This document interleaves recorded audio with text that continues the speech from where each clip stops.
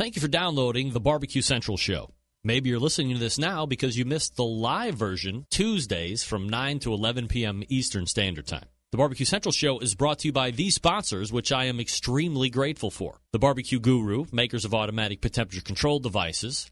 Their website, thebbqguru.com. Big Papa Smokers, creators of some of the best rubs out there and retailer of many different grills and barbecue products. Their website, bigpapasmokers.com. Butcher's Barbecue, creators of injections, rubs, and seasonings. Their website, butchersbbq.com. Green Mountain Grills, some of the best pellet cookers out there on the market today. And their website is greenmountaingrills.com. Also by Cook Shack, some of the best industrial electric smokers out there today. Also pellet cookers as well. Their website is cookshack.com. Cookinpellets.com. If you want to fire those pellet cookers that I just talked about, visit cookinpellets.com to buy your pellets right now. Also, by the Chops Power Injector. Forget about using one needle to inject your meats. The Chops Power Injector system has 4 needles for your injecting pleasure. You can visit them at barbecuekansascity.com. That's BARBEQUE, kansascity.com. And by the Sam's Club National Barbecue Tour, you can visit kcbs.us/Sam's Tour for results, to register your team, or to see where the next event will be taking place. And by Pit Barrel Cooker, one of the most unique and efficient cookers out there in the market right now. Visit their website at pitbarrelcooker.com. And by Unknown Barbecue Accessories. You can visit them at unknownbbq.com/shop. So to get that perfect barbecue, you use wood. Are you sure it's safe? Whatever. We put the lighter fluid on, strike the match, and oh, should we call the fire department? That might be a good idea.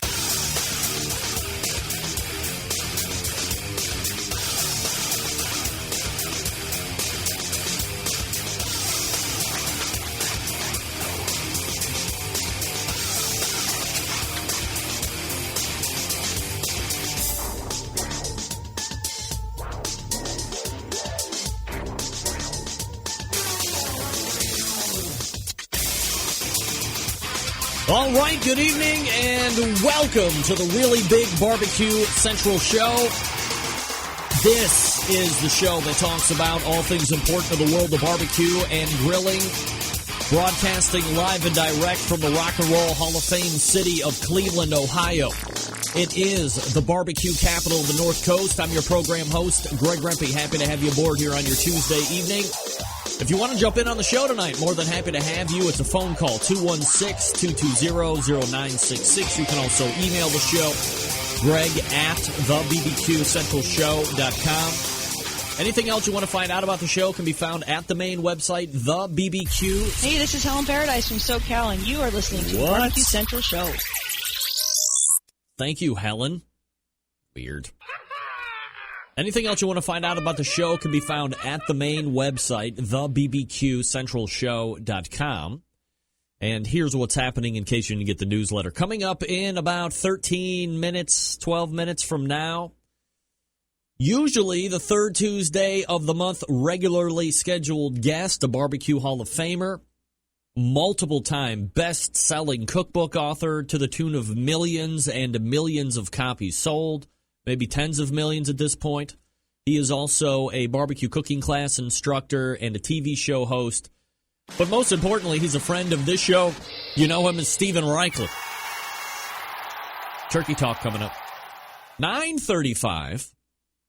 I think one of my least favorite ways of live fire cooking is shish kebab. I've never understood shish kebab. I don't understand the fascination with shish kebab. Shish kebab continues to be non-efficient, not really fun. You can kind of burn yourself a lot. That's fun.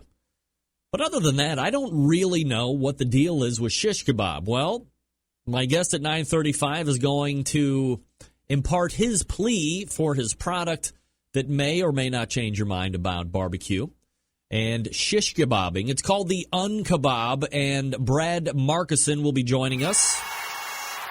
Un-Kabob. Search the internet for that so you can see what we're talking about before we actually do it in about a half an hour's time. And then we'll move to the second hour at 10:14, and really just confirmed within the last 15 minutes, You would remember a year ago at this point, I think I had BBQ on lockdown, and then I had Lauryn Hill from the Smokin' Hills, who was competing at the final table of the World Food Championships, and was like, hey, if you win, shoot me a message at some point in the first hour if you can actually hook it up in the second hour to talk about the win. And I was lucky enough to get a little bit more advanced notice.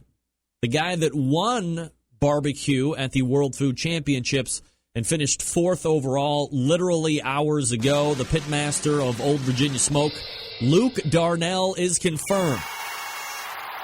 And we will talk to him about this past week's event down in Alabama and the World Food Championships and all that fun stuff. By the way, I think I think it's been every single time.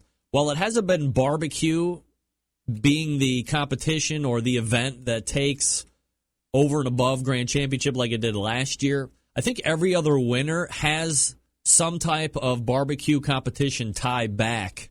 So inevitably, every single cook, unless I'm missing something incredibly off base, because even the guy that won it with carrot cake like 3 years ago is a barbecue competitor, and he didn't get in on barbecue competition or something like that, and he was also entered in dessert, and carrot cake took the World Food Championships that year. I think that was the year that Pitmaker came in second with succulently cooked chicken or brisket or whatever it was.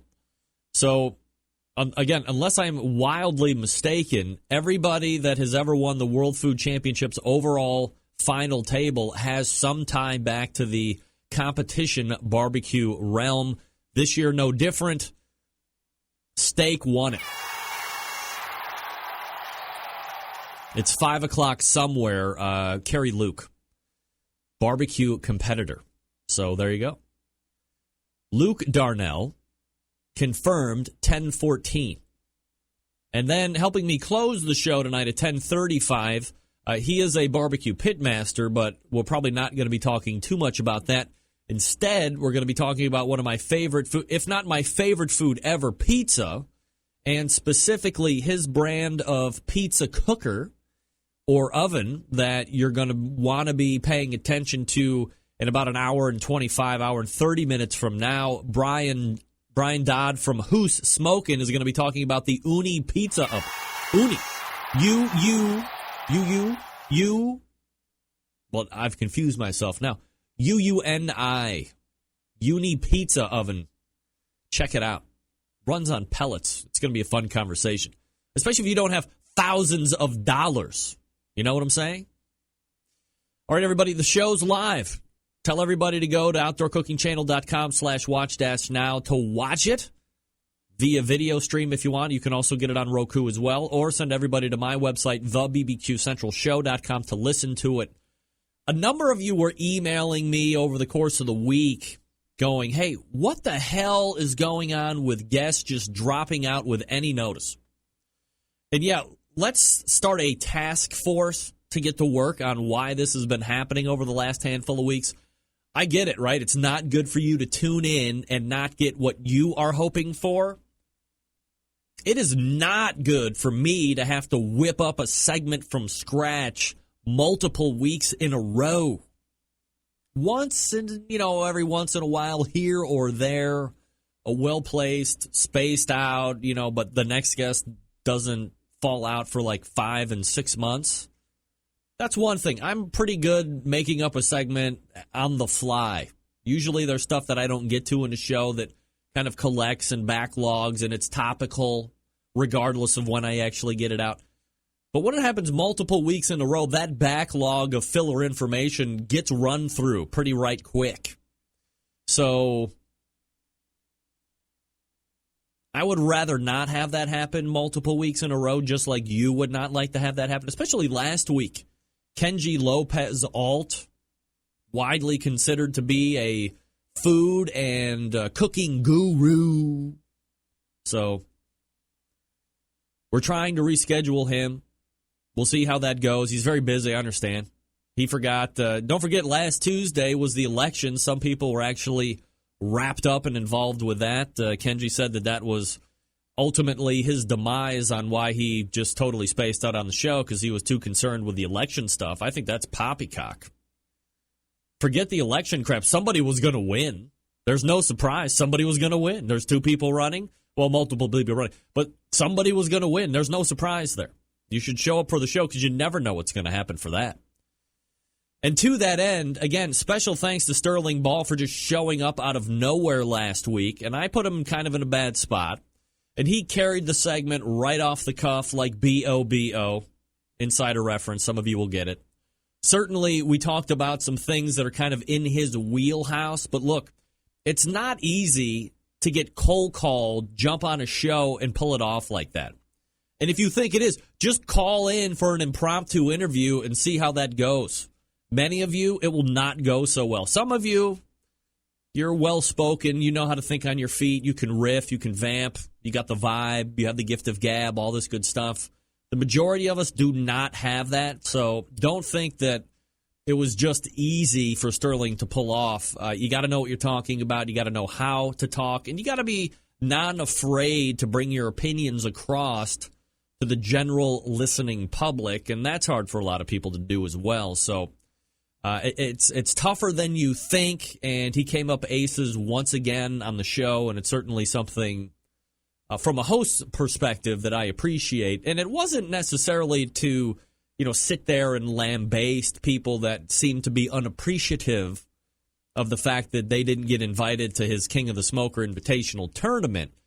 More to shed a little light and background on that particular contest, how it has evolved, what's entailed with it.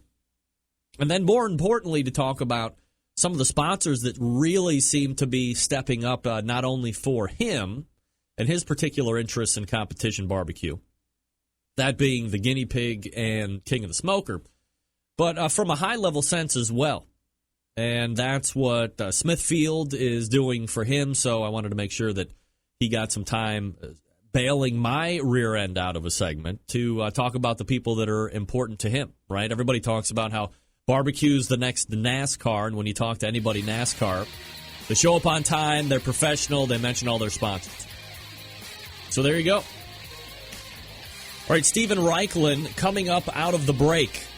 Speaking of Big Papa Smokers, let me talk to you quickly about them. The one-stop online shop for anyone interested in barbecue, featuring a comprehensive selection of all American-made grills, spices, sauces, accessories, even a kit that gives you everything you need to make a world-class smoker out of a 55-gallon drum. Big Papa's has made a name for itself in recent years by winning an award-winning line of championship, or by creating an award-winning line of championship rubs. I think they've run almost every major barbecue competition, period. BPS also banded together with fellow California-based rub company Simply Marvelous Barbecue to form what has now become known as the vaunted West Coast offense, defying conventional wisdom. These two California-based rub makers have cornered the market on competitive barbecue and begun to redefine the flavor profiles that competitive cooks from across the country have begun to aim for. They've even created their two unique competitions, as we just talked about, King of the Smoker, taking place here in just a few short weeks. That takes the best of the best in barbecue in a head-to-head back-to-basics competition. King of the Smoker, unique in the fact that this contest doesn't allow any electric devices or pellet cookers or pit miners. Contestants just allowed to use charcoal, wood, and their wits to win one of the most high-stakes barbecue competitions around.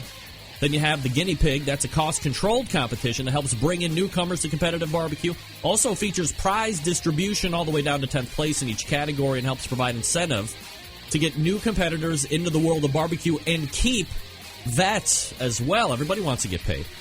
On top of all that, Big Papa's created the unique brand ambassador program called the BPS Elite Team, featuring 15 of the best competition teams in the country working together to promote camaraderie, competition barbecue, and to benefit children's charities across the U.S. Keep in mind, Big Papa's has been able to do all this with only 6 years of being in the biz, turning competition barbecue on its head, creating their unique competitions, becoming a staple of a nationwide restaurant chain called BJ's Restaurant and Brew House, and benefiting children's charities across the U.S. first and foremost.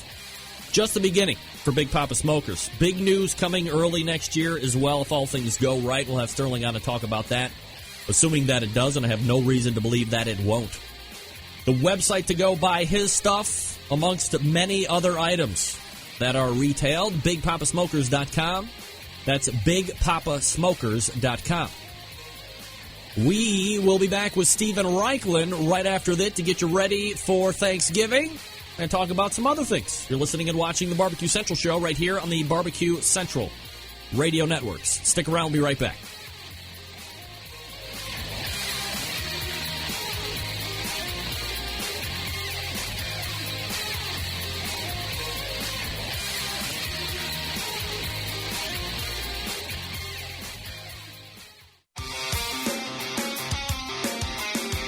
Broadcasting live from the Barbecue Central Radio Network studios in Cleveland, Ohio.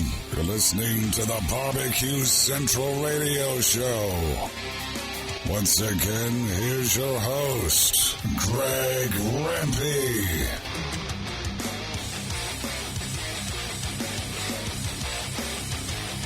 All right, welcome back. This portion of the show being brought to you by Green Mountain Grills, manufacturers of some of the best pellet cookers out there on the market today. If you're looking for a big cooker to house a lot of food, they got one for you. If you're looking for something medium-sized, they got you covered there, too. Something to take on tailgates. Sure. They can even supply you with pellets to fire those cookers as well. You can check them out at greenmountaingrills.com. I love my Green Mountain Grills. You could love yours as well if you just visit the website. I mean, what's keeping you? All right, my first guest seen here every third Tuesday of the month, a 2015 BBQ Hall of Fame inductee, a TV show host, a barbecue cooking class instructor, multiple-time author, and, of course, as we say each and every month, most importantly, friend of this show, Steven Raichlen joining me here. Steven, how are you, buddy? Doing great. How about yourself? Absolutely fabulous, Steven. Appreciate you making time, as always. And we got a lot of different places to run here, so we will dive headlong right into it. Obviously, a little over a week, Thanksgiving coming up. A lot of people always talk about the daunting task of getting ready and making sure that we don't screw up the turkey, because, that's the first problem. You're cooking chicken when you should be cooking turkey, right? So, there's always seems to be that pressure that, for whatever reason, we don't really eat a lot of turkey when it's not Thanksgiving and maybe Christmas. So you get that added pressure of not wanting to screw it up, and you're not used to it. So I guess first and foremost, let's talk about turkey, tips, techniques, anything you might be doing special for this Thanksgiving. Absolutely. Well, you raised two good points there, Greg. And first is, we tend to cook and eat all of our turkeys on one day. Couple of statistics. I think it's something like over 80% of Americans will eat turkey on Thanksgiving. Wow. And that's pretty amazing when you think of what a diverse melting pot culture we are. And you're right, it's not something we tend to do out of season. For me, the easiest, most fail-proof way to do it is brine the bird and then smoke roast it. Notice I said smoke roast, not smoke. When you cook a turkey or any poultry low and slow, you wind up with rubbery skin, perhaps moist meat. But for me, the skin is very much a part of the turkey pleasure. So I cook my turkeys around 325 degrees, brine for 24 hours in a bourbon brine or a cognac brine. Start basting after an hour and a half with butter. And they always come out moist. They always come out beautiful. I'm not a big partisan. You're hearing a lot about spatchcocking a turkey these days. Not a big partisan of that. As I've said many times on the show, you eat with your eyes as well as your palate. And this is one holiday where you want a beautiful centerpiece. When you talk about the skin being important to you, is that something that you consume as a appetizer of sorts? As the turkey's resting, you cut a little of that skin off, maybe a little salt on there, throw it down with a little beer or libation? Like, how do you eat it? Well, I very generously salt my bird to begin with, so the skin doesn't need salting.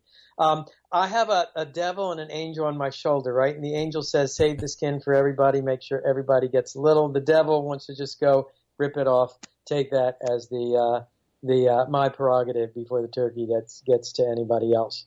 Most of the time, my good conscience wins. Are you someone that is leaned on or to prepare the meal, or is it kind of everybody pitches in to help Steven type of a thing?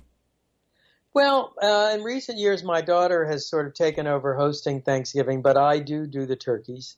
I usually do two. I usually do one the tried and true method, and then the other I try a new experimental method.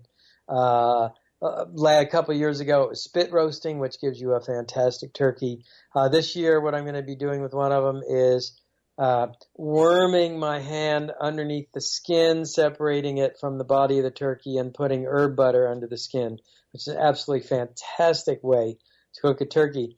By the way, at barbecuebible.com, we've been leading up to this, so last Friday's blog was about side dishes, the favorite Raichlen side dishes for Thanksgiving.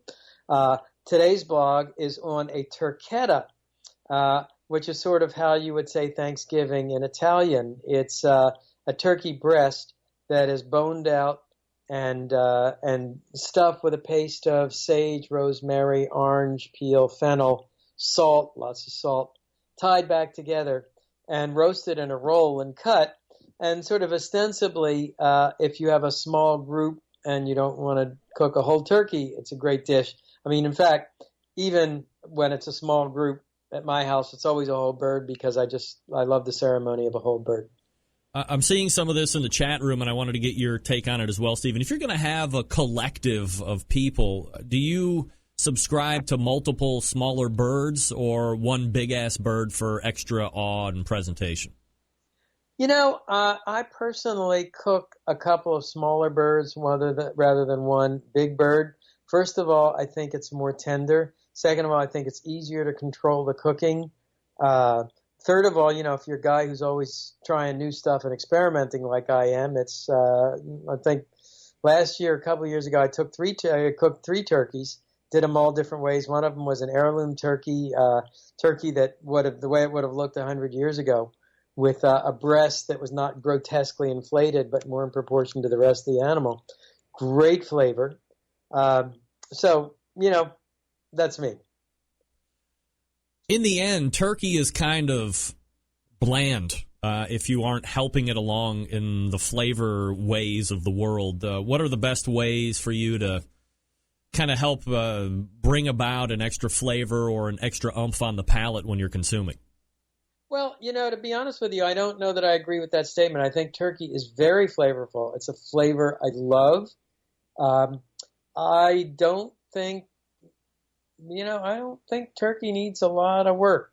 I happen to love the flavor the way it is. However, I always do some sort of gravy or jus, and very often when I'm smoke roasting this turkey, I'll put chicken or turkey stock in a shallow pan to smoke right alongside the turkey. So that becomes the base of your gravy. You had mentioned sides here a couple minutes ago, and sometimes sides take on just as much of a starring role as the main dish of turkey itself. So what are some of your favorite sides, whether it be traditional or outside of the box, or maybe both? I'm so glad you asked. One that I'm real excited about that we blogged on last week, it's called a salt slab squash. And you cut an acorn squash or a couple squashes in half and roast them on a salt slab on the grill, cut side down, until they're squeezably soft. Then you turn them over, and the stuffing, it's sort of a saute of bacon, pecans, dried cranberries, herbs, butter, maple syrup. That goes inside, and then you sort of finish it off with the squash halves upright. That's really neat. If anybody's inclined to do like a cream corn, we like that, even though corn is not really in season, but you still get corn. So that I either grill the corn, get the kernels super dark, so you get kind of this sweet caramel flavor, or else I'll smoke the kernels of corn. That's a popular dish with us. Cranberry sauce, we're always doing a riff on that. Kind of think my latest one was a cranberry salsa, electrified with jalapeno chilies. And finally, the old bacon bourbon apple crisp for dessert. Pretty hard to beat that. No mashed potatoes? Yeah, there'll be mashed potatoes. And what is my twist on that? I'm a more of a roast potato than a mashed potato guy. So, cut them in eighths in a pan or on the plancha in the smoker. You get some smoke on them, mix them with sweet potatoes so you feel like you're eating something healthy along with something light. So 80, God, I'm getting hungry. yeah, no doubt. 80% of people are going to consume turkey. I would imagine It's more like 88%. It's a really crazy high number. a wide majority. So is it safe to assume that the majority of the minority are going to be eating ham then? That's a good question. I would assume that the minority, if it's about 8%, are vegetarians, and they're going to be doing whatever vegetarians do on Thanksgiving. Eat salad. What is it? I think vegetarian. I think we're like about 6-8% vegetarian in the American population. Not that you should have a thought on it, I guess. And your daughter's, very well respected in the dietary world. What's your take on vegan and vegetarian and all that stuff? Well, I'm obviously not there. Right. I respect it. I actually wrote a vegetarian cookbook many years ago, and I love the way that focused my creativity. And a couple, it hasn't come out in the United States yet, but a couple of my foreign publishers have published Raichlen vegetarian cookbooks. And what they've done is sort of taken meatless dishes from all of my books and done anthologies. You can buy that in French, you can buy it in German, you can buy it in Dutch. For me, I mean, I want to enjoy everything there is to eat. So to eliminate a whole class of foods, that just wouldn't be what I do. For Christmas, are you a ham guy, or will you? A lot of people will double down, turkey for the 2 big days of the year, and they have them in successive months. Well, actually, I'm more a latke guy than a ham guy. At Christmas, latkes, of course, potato pancakes that Jewish people eat for Hanukkah. But we did feature, I call it my double smoked ham. It's out of the Project Smoke cookbook. And what you do on that, it's a brined ham. And for the ham, I actually use a picnic shoulder because it's a little bit more manageable in size. And first it's cold smoke for 24 hours. And then it's hot smoked. Either you do it on a ceramic cooker, you can do it in a water smoker. And so it comes out as a cooked ham, but that 24 hours of cold smoking just gives you this unbelievable foundation of smoke flavor. Steven Raichlen joining me here on the show. You can find him at barbecuebible.com. I don't want to harshly transition out of Thanksgiving, but I guess before we leave the topic, desserts or any other final thoughts on it before we get into it in about a week. Well, I'll tell you what. Here's something that's in my imagination, and I haven't executed it yet. But, I'm very much into what I call caveman grilling, where you lay foods directly on the embers. So last year, I took a pumpkin, and I laid it on the embers, and I charred it completely on all sides. And then I scraped off the burnt skin, and I cut the flesh. And I actually used it more as a vegetable. But I'm betting if you did that and made a classic pumpkin pie, it would be the most insane, unbelievable pumpkin pie you'd ever taste. All right, so this isn't the first time I've showed my ass to Steven Raichlen here on the show. When you're making a pumpkin pie, obviously I know there's some portion of pumpkin that goes into it, but what's in the pumpkin pie from the pumpkin? It's all the flesh. You take your pumpkin, you scrape out the seeds, which if you have, patience, you separate from all the sticky stuff. Toss them with oil and either fry them or bake them in the oven. That's really great. But it's the flesh. It's like a pepper then. You're doing what you would do to a pepper with a pumpkin. Yeah, exactly. And that tastes good? Oh, it's amazing. Really? Will you cut up chunks of pumpkin and eat it? Oh, I will take pumpkin.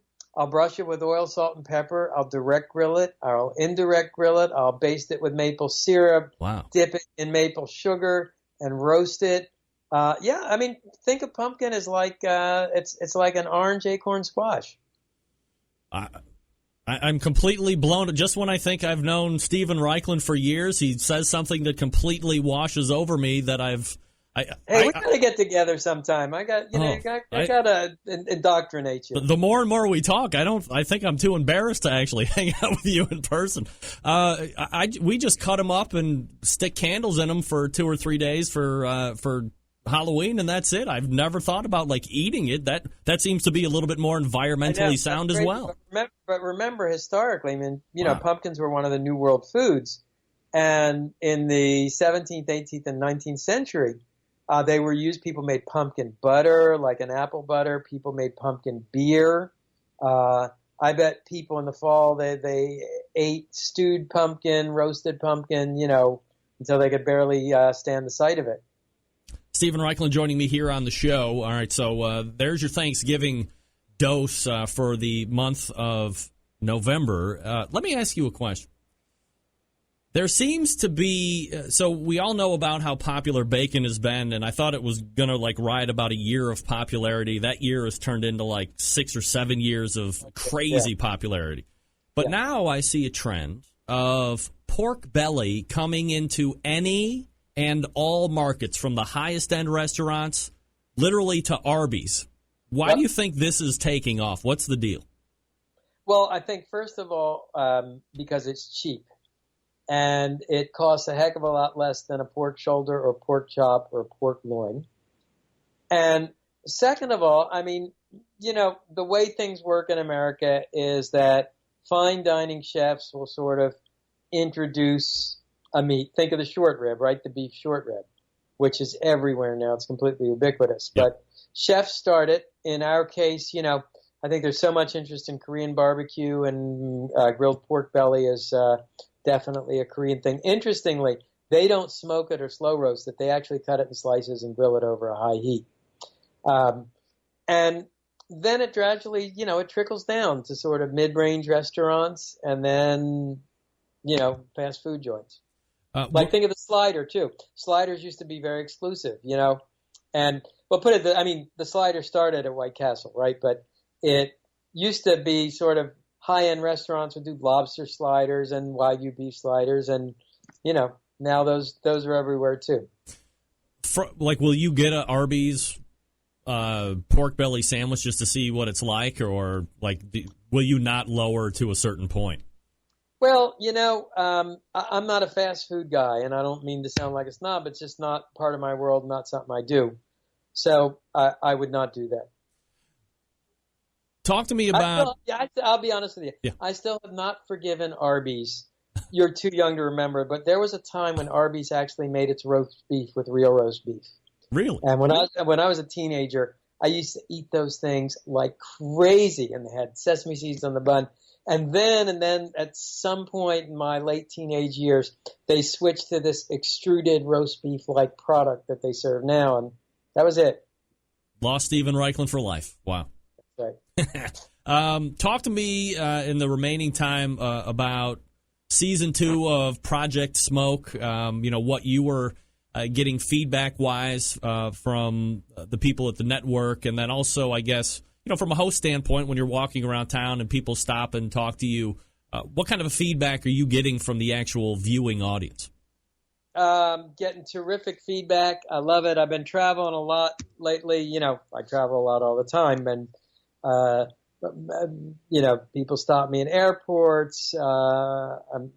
Pretty much wherever I go. I think the biggest kick about that is the Primal Grill. My previous show airs in Italy. So last fall we spent a month in Italy, and everywhere we went, people were just, pointing, stopping, saying buongiorno. They call me Il Mago del Grill in Italy, which means the magician or the wizard of the grill. Oh. I think what people like, when I launched the show, I think smoking was just about to go from sort of the barbecue subculture into the American mainstream. And what I'm hearing from people now is, I tried the smoking thing. It's really easy. It's really satisfying. It's really amazing. I've added a smoker to my collection, so I no longer just have a grill, but I have a smoker. Might be a ceramic cooker. Just heard from a lady today that has an electric smoker because she can't burn wood and charcoal. So it's really been very gratifying, and we're working on season 3 of Project Smoke, and I'm going to bring a little bit more grilling into season 3. It's for me, it's always about sort of pushing the envelope. I mean, we do the traditional dishes, the icons, and then how far can you push it? The more I think about that ember roasted pumpkin pie that I told you about, I got to make that. I was first indoctrinated to the world of Steven Raichlen through PBS and Barbecue University on that TV side, and then watched the progressions of shows. So as a guy who has hosted all of these shows at various locations, do you have to take one or each one individually and say, this is what was favored about this and this is what's favored about that? Or do you have a favorite version of whatever cooking show you were doing as kind of like the pinnacle? And not that the other ones are any worse or better, but this was kind of where it always kind of comes back for you. Well, I think Project Smoke is definitely, I'm having more fun with Project Smoke than ever before. We did something with Project Smoke. We broke down what's called the fourth wall in theater, and that means that you see behind the scenes. And you see, it's a show about smoking, but it's also a show about making a show about smoking. Right. And I love the fact that viewers are getting to watch our field kitchen and our stylists and our tech people and our fire wranglers. And it's not just about me, a guy behind a counter, showing how to do it, but you're getting to see this whole amazing team of 20 people that come together to make the show possible. So far and away, that is my favorite thing about this is my favorite show, and that is the reason for it. All right, so Season 3 is going to happen, and you will see Steven Raichlen here again next month. He's the third Tuesday of the month guest, and you can find him at barbecuebible.com. ProjectSmoke.org, by the way, is the TV show website. Steven, always appreciate the time you give to the show, and happy Thanksgiving to you next week, my friend. Thank you. You too. You ask great questions, and wishing you and all your viewers a very happy holiday. Thank you very much. There he is, Steven Raichlen from Barbecue Bible and Project Smoke. How about that? Yeah. Did I cut that off way quick? I sure did. Wow. I'm not very good. All right, folks, let me talk to you quickly about Butcher's Barbecue. Head on over right now, butcherbbq.com. Do it now. You're going to thank me later. So, what do we know about Butcher's Barbecue? We all know about the injections. Superior. Competitors use them. Backyard people use them. Everybody's always clamoring about how well they work. My scores have increased. I finally got a call. My neighbors are giving me high fives now. All the good stuff. Then you have the tried and true rubs. Honey rub, the steak and brisket rub. You got the new rubs that are out. The pecan, the cherry. The Dave's Secret Triple Masterful Secret Blend, and the Chipotle Blend, and the sauce. Sauce is really good all on its own, right? It's one of my favorite bottled sauces right now, like on the market, unless it's mine. Mine is my favorite. Otherwise, we're looking at Dave. It's 1A, 1B. And Dave sauce can be good all by itself. Women love it, men love it, whoever. Or you can base sauce it, use it as a base, and then just go crazy from there. Now, the thing I've been talking about and been so passionate about, so much so, and Dave can legitimize this, that I just reordered a case of grilling oil. It just showed up about 4 days ago, just in time. This stuff is so versatile. This evening for dinner, I had leftover turkey that I smoked up over the weekend, which you saw on my Facebook and Instagram page if you follow me on social media.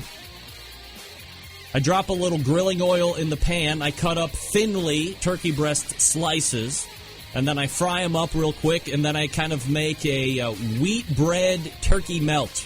American cheese on both ends, the turkey in the middle, grilling oil on the bread, but also when I'm frying up that turkey to get it just crispy, get a nice little sear.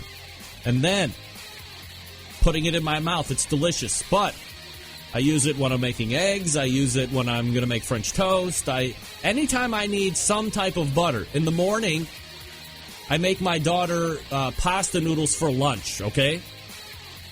I put real butter at the bottom, and then after I get the hot noodles in, a little douse of grilling oil butter flavor on the top that keeps the individual noodles separate. They don't stick together, and adds a nice layer of butter flavor. A little salt on top. It's great. Come on. This stuff is phenomenal. It comes in 3 different flavors. The butter flavor, which is my favorite. You also have Chipotle. You also have Steakhouse as well. Head on over to butcherbbq.com. That's butcherbbq.com. Try the grilling oil. Let me know what you think. Try everything else, but try the grilling oil if you haven't yet. It's revolutionary. Just keep it out. You don't have to put it in the refrigerator, nothing like that. All right, we are back with the non-kebab. Stick around. We'll be right back.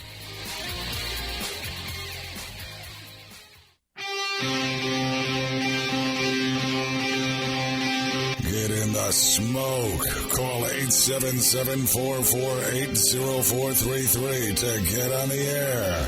Now, here's your host, Greg Rempe. People looking to put me in the 12-step program for grilling oil. Come on. This portion of the show being brought to you by cookingpellets.com. Your number one source for quality wood pellets for all your pellet-driven cookers. Visit cookingpellets.com for more information or to purchase. You can also visit amazon.com to purchase as well. Easiest thing to do is download the cookingpellets.com app, and you can be kept up to speed on any special shipping rates that Amazon might offer or that Cooking Pellets might offer as well. Again, the website, cookingpellets.com. That's cookingpellets.com. All right, gang, if you know me, you know my complete disinterest in this whole kebab deal. And, I've never really understood it, never thought that there was any real good way to execute it. Many have tried to build that better mousetrap, but nothing has really jumped out to me. But my next guest is going to try to break that cycle. And here to tell you about his product, the Un-Kabob, his first-timer to the show. Let's go ahead and welcome Brad Markussen. Brad, how are you, buddy? Hey, I'm doing good. How about you, Greg? Absolutely fabulous, Brad. Appreciate you making time for the show tonight. And I guess before we get into the Un-Kabob, if you could kind of give me a little background about you and, what your professional interest is, maybe if Un-Kabob is like the full-time job or if you're like a lot of us that do something during the day and hope to break through on the barbecue side at some point in the future. Nope. Been manufacturing engineering for many, many years and have been an entrepreneur at heart, have several other products that are patented, but nothing's ever led itself to the mass markets like the barbecue can has. The product that we call the Un-Kabob, that's a food product that we make with the barbecue can. It eliminates all the having to mess with the skewers and things sticking to the grill and grate, rotating them around, falling off. But the barbecue can allows you to cook a lot of different food products. We developed it based on cooking nuts, smaller snack items and stuff, and there really wasn't anything out there in the market that allowed you to do it. Well, the barbecue can is very simple. I'll hold it up there so you can see it kind of in this position here. Has a one-way locking bail. You open the bail, remove the lid, fill it with the food product that you want to cook, put the lid back on, lock the bail. That way it eliminates any of the food product falling out down through the grill and grate. Then you simply just lay it on the grill, rotate it about every 20 to 30 minutes, just depending on the temperature of your grill. Or you can stand it up, you can hang it in a smoker, or it retrofits to a rotisserie. Those holes are offset for a reason so that when it's going around front to back, it also gives it a warble effect if it's being used on a rotisserie. It's manufactured with all 304 stainless steel, so it'll last a lifetime. It is dishwasher safe, so cleanup is a breeze. You can make a ton of different products with it. We've done grilled vegetables, asparagus, shrimp, cubed meats. We do one, we call it poor man's burn-ins. Just use your favorite dry rub on stew meat and smoke it low and slow so you get that same effect, nice tender individual morsels that come out perfect every time. Or if you're doing what you're talking about with the Un-Kabob, you fill it up with the proteins about halfway, cook it for 20 to 30 minutes or so to get the meat products up to the proper temperature, and then you throw your vegetables and fruits in on top to finish it off. And then that way everything comes out to the right temperature and it eliminates the cross-contamination. One of the big things with the barbecue can is that it takes up very little space on a grill. You can fit 24 chicken wings in the can, so you can have snacks off to the side if you're doing larger protein portions or something something like that, that just saves a ton of space, makes it real simple, yet you get the nice barbecue flavor throughout it. Asparagus, like I said, chicken wings. We've done a lot of different almonds, Chex Mix, different snack type things. You can sauce in the can. You can dry rub. Like I said, it cleans up real simple and easy. Being 304 stainless steel, it is dishwasher safe. So there's a ton of different uses. Can be used on any grill, any smoker, in the oven, and also on an open fire as well. So camping, different outdoor events and stuff like that. Let me ask you a quick question in regard, because you have the ability to hang it, vertically, or you can lay it down horizontally. And as you said, every so often you got to be flipping it, or you can retrofit to that rotisserie. Is there a way that you have found that the rotisserie overall produces better results, or laying it flat and then turning every 15, 20 minutes produces better results? What have you found through your research? I've retrofit one of my large smokers with a rotisserie. I would have to say probably 95 to 98% of what I do, it's laid flat on the smoker. I have both a Kamado style, a pellet grill, one of your nice brands here on the screen, and then also a 55-gallon drum smoker that I use, and I've used it on all of them. But like I say, probably 95 to 98% of what I do is flat on the grill. The only thing that in my mind I'm seeing as a potential issue is when you're packing, whether it be the wings or the meat or whatever, you go ahead and season it up and then you throw it in the can. Eventually these things are laying kind of overlapping each other, and your rub might be getting worn away here or there. Do you find that to be a case? Are you allotting for that to any degree? Yeah, I haven't had be a problem with the rub or the sauces coming off. You want to leave just a little bit of tumble room. And that way, between that 20, 24 wings, depending on the size, of the wings, sometimes you get larger pieces than smaller wings, larger wings, whatever it might be. But we do a ton of meatloaf in it also. Meatloaf comes out phenomenal.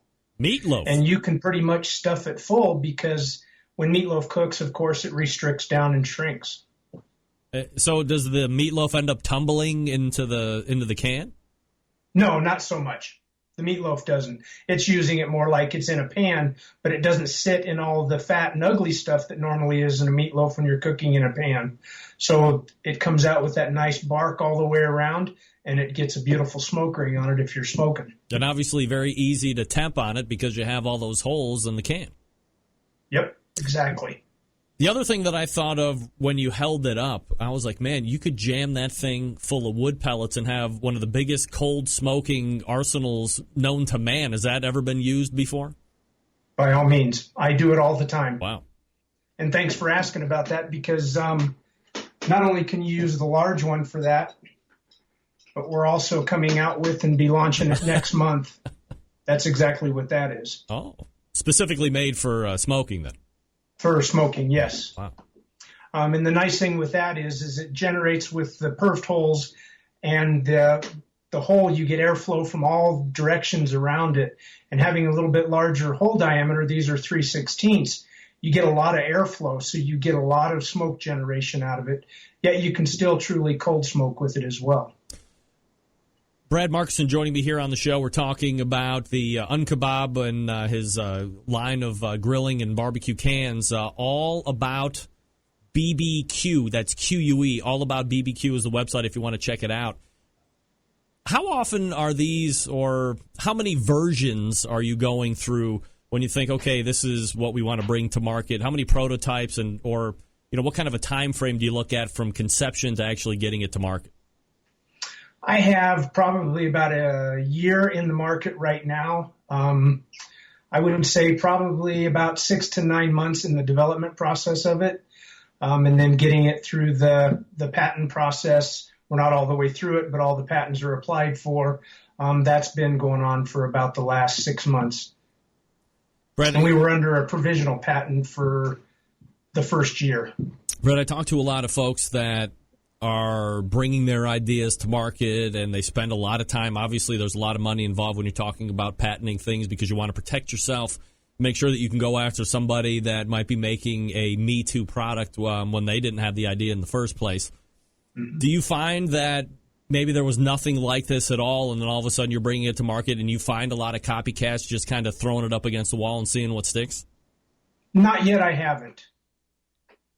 Are you there again? It's only been a year. Are you kind of getting ready for that? I mean, obviously that's what the patents are for, but typically you start seeing people just kind of come out of the woodwork. Sure, and that's one of the things in the patent process. You always have to be prepared because my philosophy on it is a patent is only worth what you're willing to protect it with. Yeah, absolutely. So talk to me about, maybe an end game here. If you're a guy that likes to tinker with the fabrication and the engineering and stuff, would you like to see this become like a full-time situation for you and having multiple products to offer into the barbecue and grilling community? Or would you like to get up to a certain point in hopes of, let's say a Weber or a Charbroil or somebody looking to kind of buy the idea and the R&D off of you, and they take it from there and they write you a big-ass check? I'm in business to make deals. So if it meant taking it to market and running it that way, that's fine. And if somebody wants me to write that big check, that's fine also. Do you have like a target? Would you like to get into more of the big box type stores just for sheer volume type of deal, or would you like to stay online and that way you're not having to, pick and choose, I got to go big box or I want to go mom and pop, and so I'm able to kind of show people how these work? What's your preferred line of getting stuff out to people? Eventually big box. I've set the process up to where it can basically be ran as a virtual business. So from the manufacturing to order fulfillment, we can handle all of it, all through the realm. Brad Markussen joining me here on the show. Brad, Thanksgiving is next week. What are you going to be sticking in those cans? Probably a lot of meatloaf this time. Always do a lot of snacks. Always have the bowl of almonds, mixed nuts, different flavors.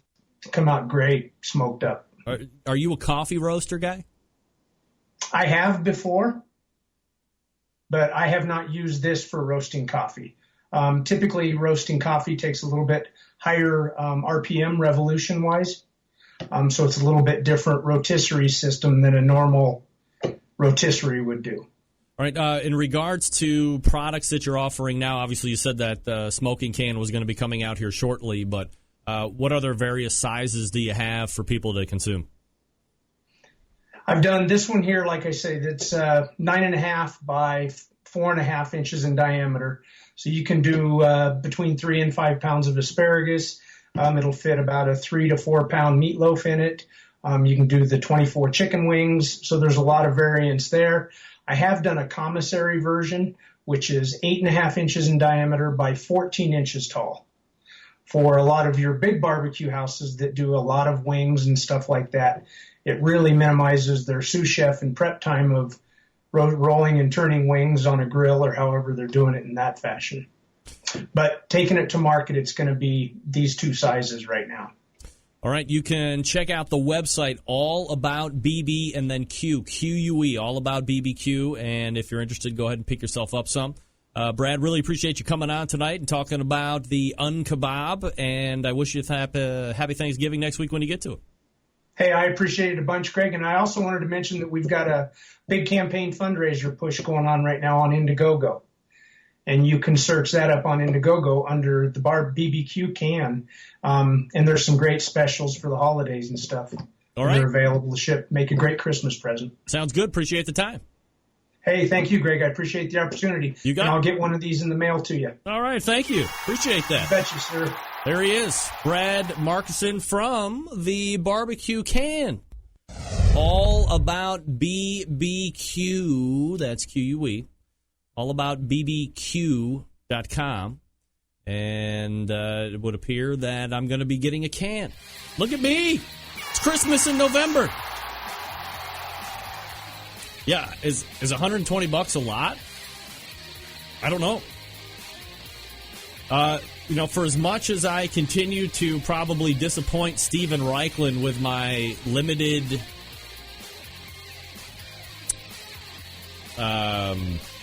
broad-scoped palettes, let's say, .304 stainless steel is expensive, but we'll see, right? If I get it, you know me, man. I'm going to use it. I'll take video. I'll let you know. I am a little leery about sticking 24 wings in a can and, you know, just kind of flip-flopping it. But, I mean, who knows? You never know. I do not have a rotisserie, I can tell you that. I can tell you that my dad has a Cook Shack smokeette. That's right. Cook Shack manufactures smoker ovens for barbecue lovers with any amount of experience, whether you're a barbecue guy in the backyard or on the competition circuit or in a 5-star dining facility. Cook Shack has the unit that will do the job, and with a full line of barbecue sauces, spices, pellets, and wood chunks, is the perfect one-stop shop. Cook Shack strives to be your barbecue resource center by offering cooking classes, online recipes, how-to videos, 2 blogs, smoking grilling 101s, and a video cooking classroom. Check out their website at cookshack.com or follow them on Instagram, Facebook, YouTube, Twitter, Pinterest, and Google+. Get advice or share your passion for barbecue with a world-class barbecue forum. Cook Shack pellet-fired smokers are the choice of champs because they were designed by a champion, Ed Fast Eddie Morin. The FEC 100 and PG 1000 are always customer favorites. The PG 1000 can double as a smoker or grill.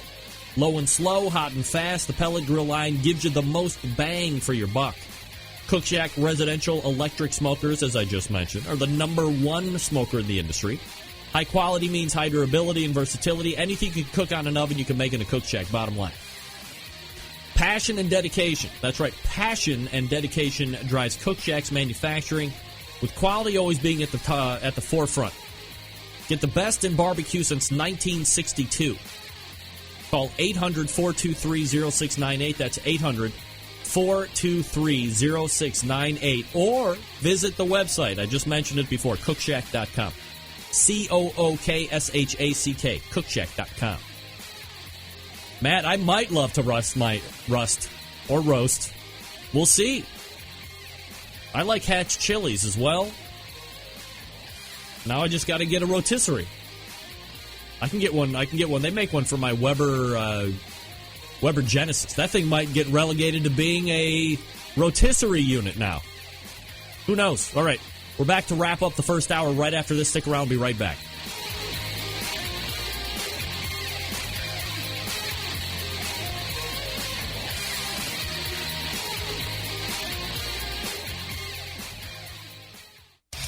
Big name interviews, advice on cooking brisket and ribs, and the only host willing to share his honest opinion on all things important in the world of barbecue. It's the Barbecue Central Show.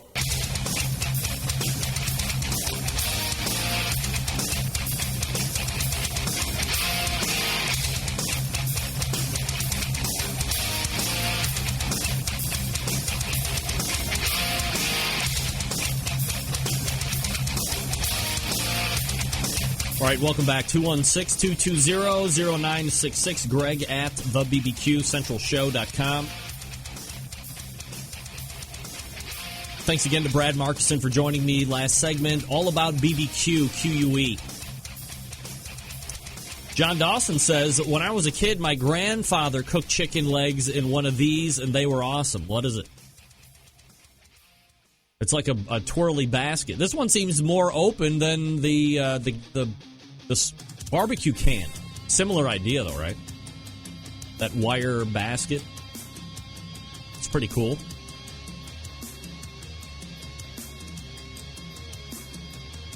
And he did chicken wings in those, or chicken legs? Yeah. I love chicken legs. I love chicken quarters. Quarters might be some of the most underrated chicken ever. A lot of bang for your buck. One chicken quarter can typically feed one human, unless you're fat. Then you might need 2 chicken quarters, which is a half. The bottom half. Again, his website, all about BBQ, and that's QUE, BB and then Q.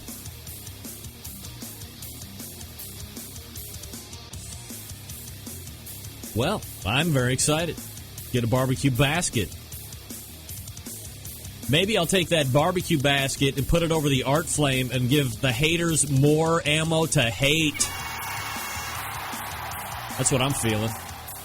A little barbecue can art flame action. People hate that I have an art flame. Sorry. I like it. All right. We're going to step away real quick, get ready for the second hour. I may or may not be telling you at the top of the second hour about a grill cleaning servulus. That's not a word. I may or may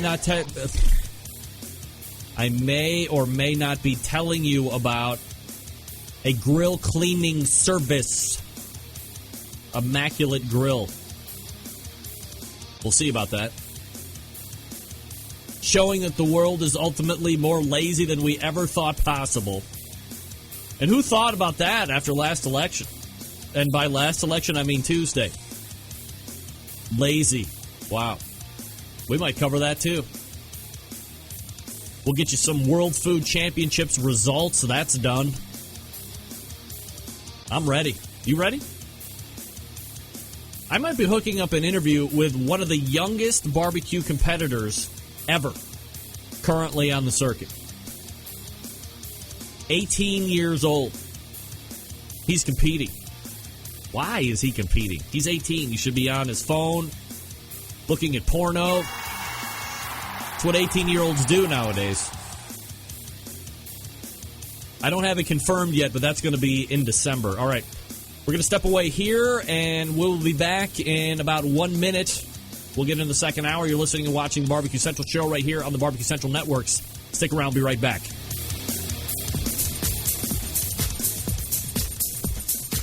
Happy to have you aboard here for the really big barbecue show. Boing. We cook because we have to, and we grill because we want to. Hit me. Fine. How's it going? You have a great show. I'm a big fan.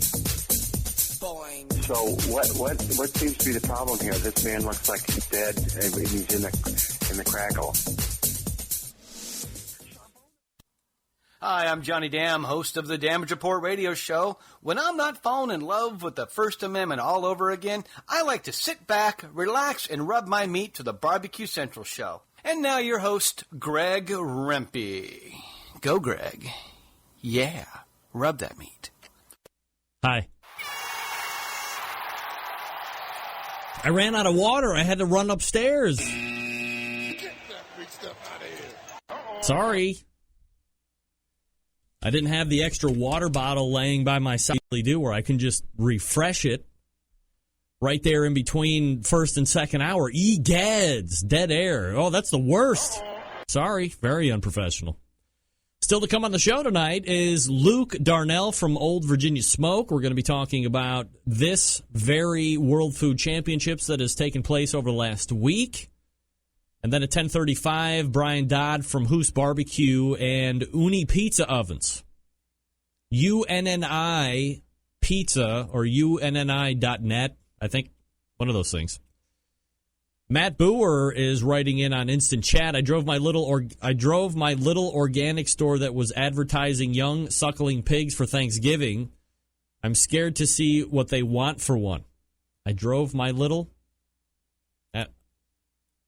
Basically, you're saying that you're wondering what they're going to be charging? I'm not reading very well. You're not writing very well, Matt. All right. As I just mentioned, the World Food Championships is done. It's over. It's completed. Another 7-day journey in the books for Mike McLeod and gang.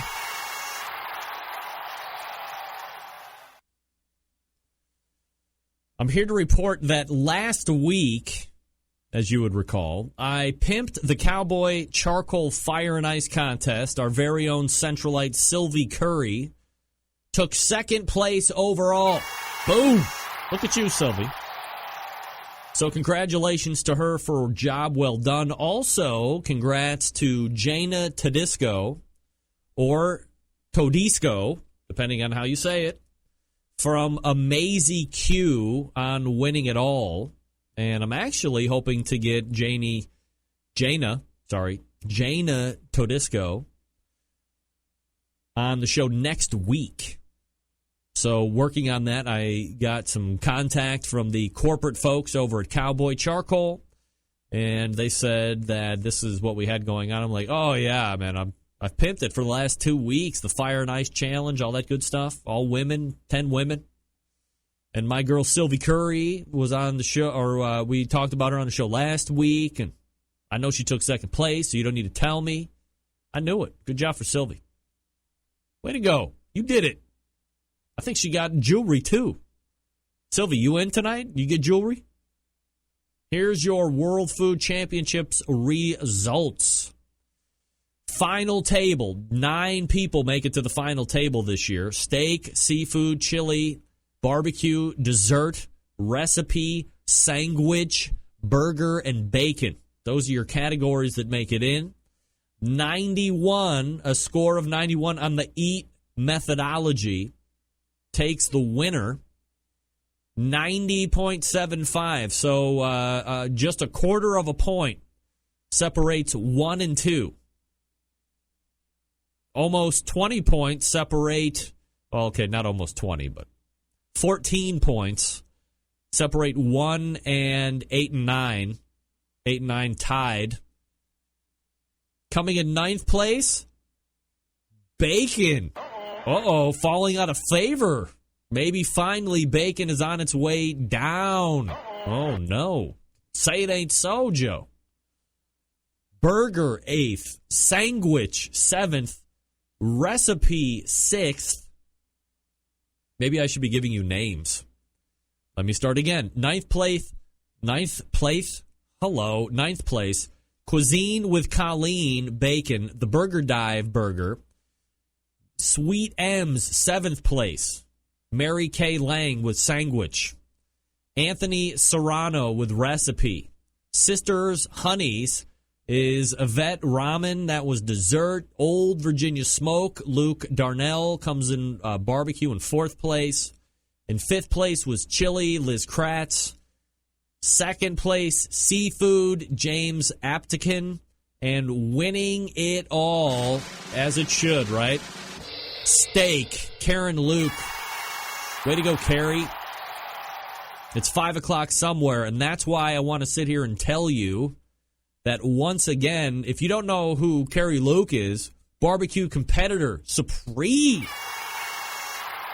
Barbecue won it again. Barbecue has the World Food Championships overall championship, not to be redundant, on lockdown, fully on lockdown, whether the barbecue category is winning it or whether it's not. Barbecue cooks are once again proving themselves over and over and over again that even if it's not barbecue that they are winning, a barbecue cook once again wins the overall World Food Championships. That being Carrie Luke. It's 5 o'clock somewhere. In the steak category, I don't think steak has won yet, so double bonus right there. So congratulations. Now, on to some self-promotional news, which is really not self-promotional for me per se. But you would recall that in recent months, Meathead Goldwyn is the second Tuesday of the month guest here on this show. And he had said somewhere around summertime, I think, that his book was like on the first half of the year bestseller list, but didn't know how it was going to shake out until we got to year end and if it was going to get that whole year nod. Well, folks, I'm here to tell you, best cooking, food, and wine books of 2016 making the list. And I'm not kidding. Meathead, The Science of Great Barbecue and Grilling. Full 5-star reviews, 402 reviews, by the way. And as I'm quickly looking over a lot of these books, is this reviews? Maybe, right? Let me see.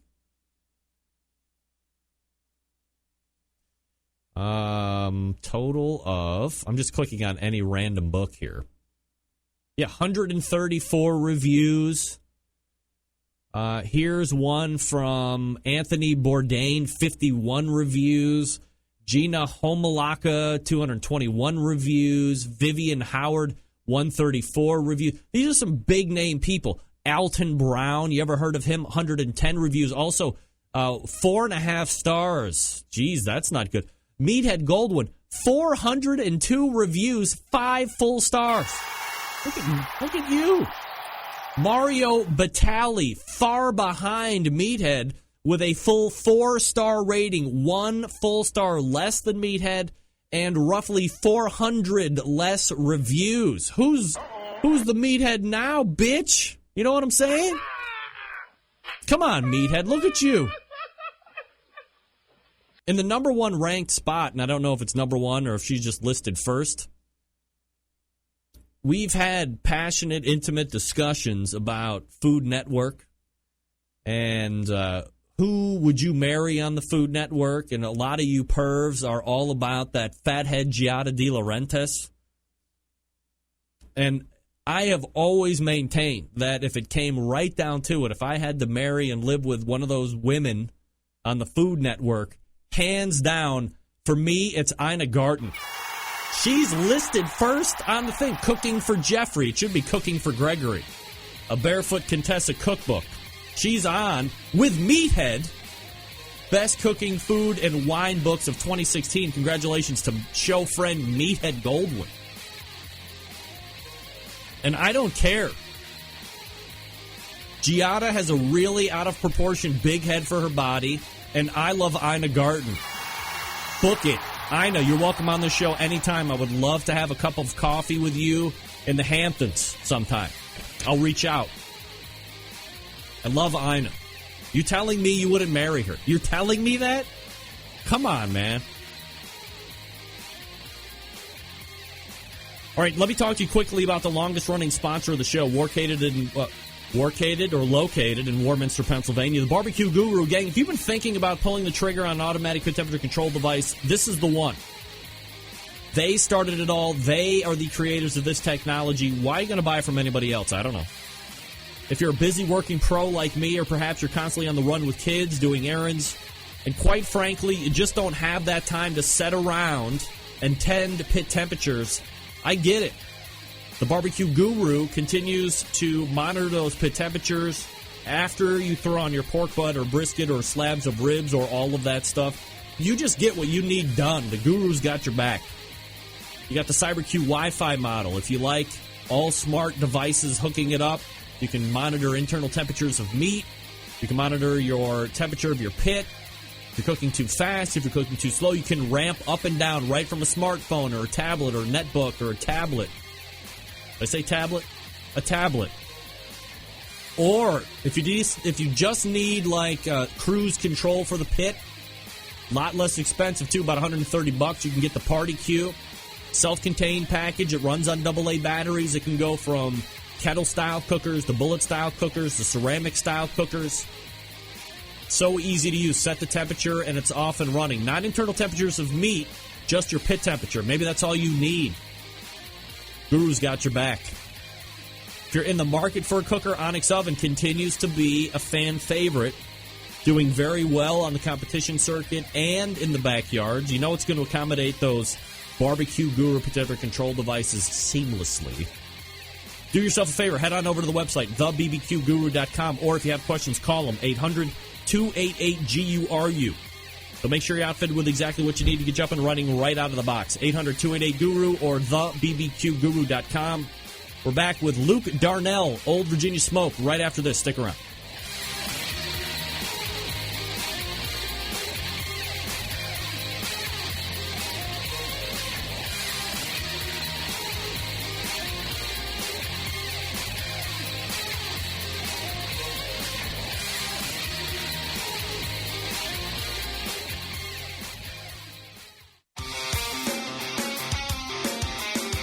Broadcasting live from the Barbecue Central Radio Network studios in Cleveland, Ohio. You're listening to the Barbecue Central Radio Show. Once again, here's your host, Greg Rempe. All right, welcome back. This portion of the show being brought to you by Unknown Smoker Accessories, purveyors of made in the USA stainless steel barbecue lid hinges, barbecue accessory hangers, rocket hot chimney grills, heavy-duty aluminum foil dispensers. The fine products from Unknown Smoker Accessories. Keep your gear where it needs to be at arm's length and ready for battle. Visit unknownbbq.com/shop today. Enter promo code REMPE for 15% off. That's promo code REMPE at unknownbbq.com/shop. Do it. All right, I just talked about it last segment. The World Food Championships have just wrapped up, and joining me now is the 4th place overall at the final table. Wow, are you kidding me? Old Virginia Smoke Pitmaster Luke Darnell joining me here on the show. Luke, how are you, buddy?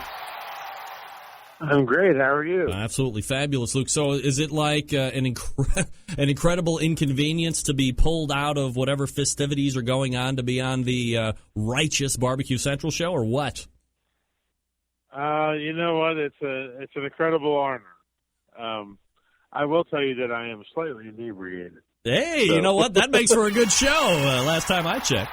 Just ask Lauren Hill. He was slightly inebriated when he came on about a year ago. So, Luke, let me ask you, first and foremost, for the folks that don't know, World Food Championships takes place, started last Tuesday. It culminates, obviously, today, so a week spans in between. When do you guys actually load in to kind of get that barbecue thing started? Well, actually, they had us loaded in on Wednesday. Not sure why, but everybody was here, and we had a good time. And, we cooked our normal KCBS routine on Friday to Saturday. And then we had the barbecue top 10 on Sunday. And then a day off, and then the final today on Tuesday. So you cook your traditional or regular KCBS program earlier in the week, Friday into Saturday. From a cook's standpoint, as you recollect back on that, anything out of the ordinary that you have to contend with, or was it just kind of cook as normal? Well, it depends on who you talk to, and it depends on where you were. What are you hearing, Luke? What are you hearing? All around the world. And we were next to, I have to tell you, we were next to the wonderful team from South Africa. And those guys they have a great time. And are you still there? I'm here. I'm listening with bated breath. Oh, I'm sorry. My feed changed. So we're next to the South African team, and those guys they've been here for a month, and they're just having a great time. They've got a pet pig. It's phenomenal. Right down the road is a team called the Southern Dutch Barbecue Team, and we brought a cooker for them to cook on from Humphreys, and so they're cooking on our cooker, and they're right down. They were literally 3 spots down. So. We're meeting people from all over the world. We're right behind Lauren Hill and the Smoking Hills and Cheryl Hill. And, we're just, it's just kind of like, this was a vacation trip for us. We were just down here never been to Alabama. Let's just have a good time. From a settings perspective, and, you've traveled far and wide, you've seen a lot of competition settings. How does, Orange Beach set up compared to some of the other places that you've been? Orange Beach is fantastic, and this was our first World Food Championships, and everyone that we've spoken to that said that they've done this competition before, they're like, this is the best venue we've had by far. They incorporated barbecue right in with the rest of their chef station, so we were all there. We all got to see everything. Everyone got to come out and see the craziness of all of our barbecue, and, it was really, you're hearing it's just this giant food explosion. It's amazing. That's the only way I could really describe it. It's just amazing to be around all these people. So it's very cool. Luke Darnell joining me here on the show. So talk to me about, that opening barbecue round. Is it one of those things where it's kind of like a Sam's Club where you just want to get top 10 so you can cook the next day? Or what's the mindset going into that initially? The mindset for us going into that was we've never had a really great cook at a major event. And we've always had something major go wrong, and it's always hurt us. So we really wanted to turn in, 4 great meats and really just say that we did it. And we had no expectations of moving on. When you looked at the level of competitor that was here, it was, if we can finish in the top half of the field or top 20, that would be fantastic. And, we had a really great cook, and we were very happy with what we turned in. And that was the first day. We had no expectations going into awards. So when you get called in that overall top 10, you live to fight another day. Does pressure ramp up on, you and the rest of the team, or do you still kind of go in with little expectation in the second day to get past where you need to go? Well, we had this entire plan hatched that we were going to go to New Orleans and have breakfast. You had other plans like a lot of people. What are you doing? I mean, that's what we were going to do. I mean, we were going to go have beignets, and then we were going to go to the shed, and we were going to have lunch. And then we come back and go to the beach for a couple hours. So the girls, I cooked with my wife, Kim, and my friend Leanne, and they were both like, okay, you need to put down that beer, and we need to talk about what we're going to do. And this is where, and you're very familiar with this, we always throw around the term barbecue family. And, this is where everyone stepped up and they're like, what are you doing? And we were like, we don't know. We're cooking on Deep South Smoker. Never cooked on one before. You have 2 hours to turn things in. And, our friends, Brian Turner and Shannon Turner from Lovely Crew were like, we've got 4 Wagyu tri-tips in the fridge. Do you want it? And we were like, that's what we're cooking. And so we got those from them, and the girls set for us on their mac and cheese thing that they do all the time. And, it was like, let's go. So we're cooking. We're not going to get beignets. Fair trade-off, though? I mean, everybody wants to go to NOLA and, take part in the fourth quarter, or the fourth quarter of the French Quarter, depending on how many drinks you've had, I guess. So, now you get to go second round, have a potential of, winning the whole barbecue situation. I mean, very exciting, even though it's not NOLA, right? Well, it's very exciting, but at the same time, you're cooking, the top 10 that was here, I kind of felt like, when you look at the list, and it was Cajun Blaze, those guys are amazing cooks. I mean, those guys make everything. You got Heath Riles, who's a world champion several times over. I mean, just makes food in the Memphis circuit and Cajun. Yeah. Warren County, Donnie's there, and Donnie taught me more about barbecue than I've ever thought about. And, and it's just, you're looking around, Mark Lambert, Patrick Banks, Mike Richter.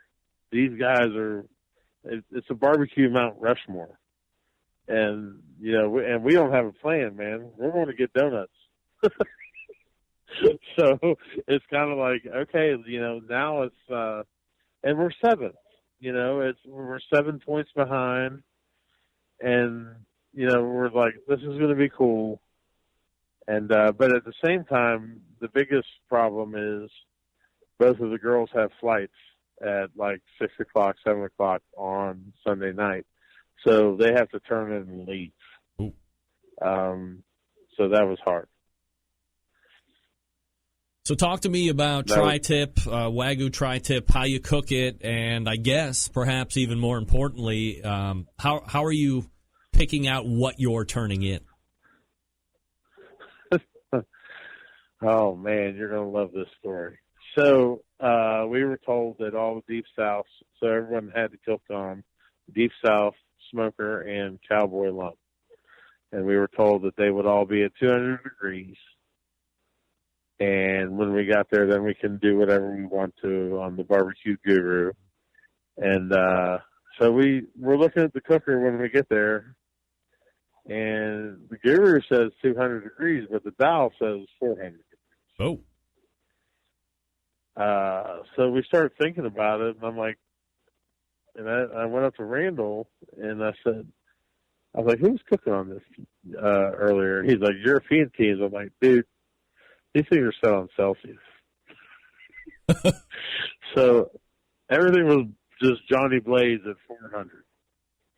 Just rolling. And so, I mean, but it was the same for everybody. So, it was, I mean, and it was actually advantageous that the cooker was a little hotter, you know. But it was just kind of funny. It was like, okay, so now we're jumping into this thing. It's not 200. And, you know, it's one of those things you're looking at the top 10, and Donnie cooks on Deep South. Heath cooks on Deep South. And I've never cooked on Deep South, and I know a lot of other people had. And, you know, it was kind of like, all right, let's just go, you know. And, you know, we cooked a tri-tip at, you know, I wanted to start off around 275, and I talked with a few people, and I wanted to get up to a nice medium rare, and then I put a cast iron pan right down on the heat tube, and was just seeing how hot I could get it to try and sear these things off at the end, and that's what we did. You know, I was standing there with my head inside the Deep South and grabbing this tri-tip and flipping it over with my hand. It was quite the scene. Well, I can only imagine. Well, you know, when you're not planning for it, what are you going to do? You gotta make do with what you got. So once you get your turn in and they start going through, and I have no idea how they call out, you know, a little bit more familiar with how they're doing it at traditional barbecue competitions. When they get to reserve and it's not you, do you immediately go to we shit the bed and we're nowhere to be found here in the top 10, or do you think, hey, I think I just might have won this whole thing? Oh, no. So they called top 3. All 10 of us were on stage, and they called Adam from Cajun Blaze for third, and everyone was like, okay, there was movement, you know, because there was major movement because, we knew it was a combined score. No one was really sure how it worked. Right. And Adam was called third, and, I mean, I had Adam's food, and I thought Adam won. You know, he made this chicken dish. It was unbelievable. Yeah, it was boudin, and it was just phenomenal. So they call Adam, and then who was second, honey? Donnie Bray. Sorry, I got a little general. Yeah, so then they called Donnie, and I just, you know, Donnie's over the moon, and I'm laughing because we cooked right next to Donnie, and Donnie made this amazing looking ribeye cat. It was phenomenal looking, and he had smoke pouring out of that Deep South. I'm like, how do you do that? He's like, I don't know. I'm like, that's funny. But I had at this point, even like, you know, I'm expecting someone else. It wasn't us. I mean, we had to jump 6 spots, and there's no way that's happening. And then they called, and McLeod was like, now for the surprise of the evening, jumping 6 spots. I'm trying to do the math, and I don't even get the math done. And he's like, Old Virginia Smoke, and you know, it was just there's no other way to say it. It's a life-changing thing. And not only is it 6 spots that you jump, you know, when we talk about finishing scores and final scores in the competition world, you know, a lot of the time we're talking about half a point or a tenth of a point or thousandths of a point to separate reserve to grand. You actually almost win by 3 freaking points. So you not only are you jumping 6, but you win handily when we're talking about points here. So that tri-tip had to have been really on point. You know, it was really good, and I mean, I'd be remiss with. I mean, we liked it, and Todd from Uncle Toad's was there, and he was kind of, you know, he was kind of my rock throughout the entire thing. Like, I would bounce things off of him, he'd tell me what I thought, and you know, and also I talked to, you know, Chris Capel from Busy Pig, one of our sponsors. I'm like, what would you do on this? He's like, calic, baby. Calic is what you do. And I was like, okay. And Danielle, God, I can't even tell you about Danielle. Danielle talked to girls through presentation. Mark Gibbs talked to me about cooking on the Deep South and where the hot spots were and what I needed to do. Brian Turner gave me the meat. I mean, this was a full community effort. And I mean, just to put together the dish that we did, I mean, it was very simple. The girls made their lobster bacon mac and cheese, and when they make that, it's pretty hard to stop. And you know, it was like entering a different world. But the sad part of that was neither one of them were here. They were both on airplanes. Actually, my wife was in Atlanta watching on a live feed, and it's just crazy. Absolutely. Luke Darnell joining me here on the show, Old Virginia Smoke. So what you get? Is it $10,000 to win the barbecue? Yes. All right. So nice little payday going there. Pretty cool. Yeah. And also a deep south smoker and some knives and a cooler. I mean, a bunch of things. And I'm just sitting there and people were throwing things at me. I'm like, what's happening? You know, it was just one of those moments where I just didn't expect it. And, you know, luckily I was with a lot of great people, and, you know, Jared and Suzanne Housingay from Insane Swine, they were with me the whole day, and Mike Richter, Chick Swine and Bovine, Mark and Nikki from Serial Griller, Uncle Toad's. I mean, everyone was there. They were there, and it was like one of those true barbecue family moments. And it was like, man, you got to cook in 2 days, you know, so against 8 other chefs and other things. When you get to the final table today, you finished 4th overall. So, I mean, this has got to be like, you know, the first and right now the best World Food Championships Old Virginia Smoke has been a part of. How do you feel about 4th overall? And I guess more importantly, you know, when you look at who wins steak, I mean, great steak cook, but man, when you boil it back down, Competition Barbecue has a lockdown on winning World Food Championships in some form or fashion, whether it's carrot cake or burgers or steak. I mean, you name it, they're winning. And, you know, it's no one around here really wants to talk about that. So I'll talk about it. Barbecue family. I mean, but it's pretty funny, and you know, it's just been, you know, we're sitting there today, and Mike Richter came down and helped us because he lives right here, and I mean, we couldn't have done this without him. But the Lukes were right beside us doing steak, and you know, and so I come back from an interview, and Darren Worth was leaning on my cooker because he came down to support the Lukes. Yeah, and it's just like, wow, you know, and Lauren Hill is here. I mean, Lauren and Cheryl let us stay in their condo last night, which is right outside the cook site. I mean, just because they were just, I mean, that's when you talk about barbecue family. They were like, we got an extra bedroom. You should stay here and just chill. And, you know, Kim left, my wife, who is my right hand. She left on Sunday night before awards. And she was back here Monday night. Wow. We flew her right back down, and Mike Richter picked her up at the airport. And, you know, and I'm sitting around, and I have to tell you this, Greg, and I know it's kind of off subject, but I'm sitting around last night with 10 other people that have won categories here. And we're right outside my rig in this cul-de-sac, and we're all at this restaurant. And all these people have won categories down here, and 3 of them had won the whole thing. And Kim got out of Richter's truck, and they all started clapping. I mean, they were just so happy that she was back here. And it was an emotional thing. And they're like, we're so happy you're here. And that just meant the world to me. Can't talk about it enough. You can now call him the World Food Champion when it comes to barbecue. 4th place overall. Wow. Old Virginia Smokes pitmaster Luke Darnell joining me here on the show. Luke, really appreciate you making time out tonight for recapping this whole thing, and continue, my friend, in your inebriation. And I wish you nothing but success, and you know, we'll talk soon. I really appreciate you coming on tonight.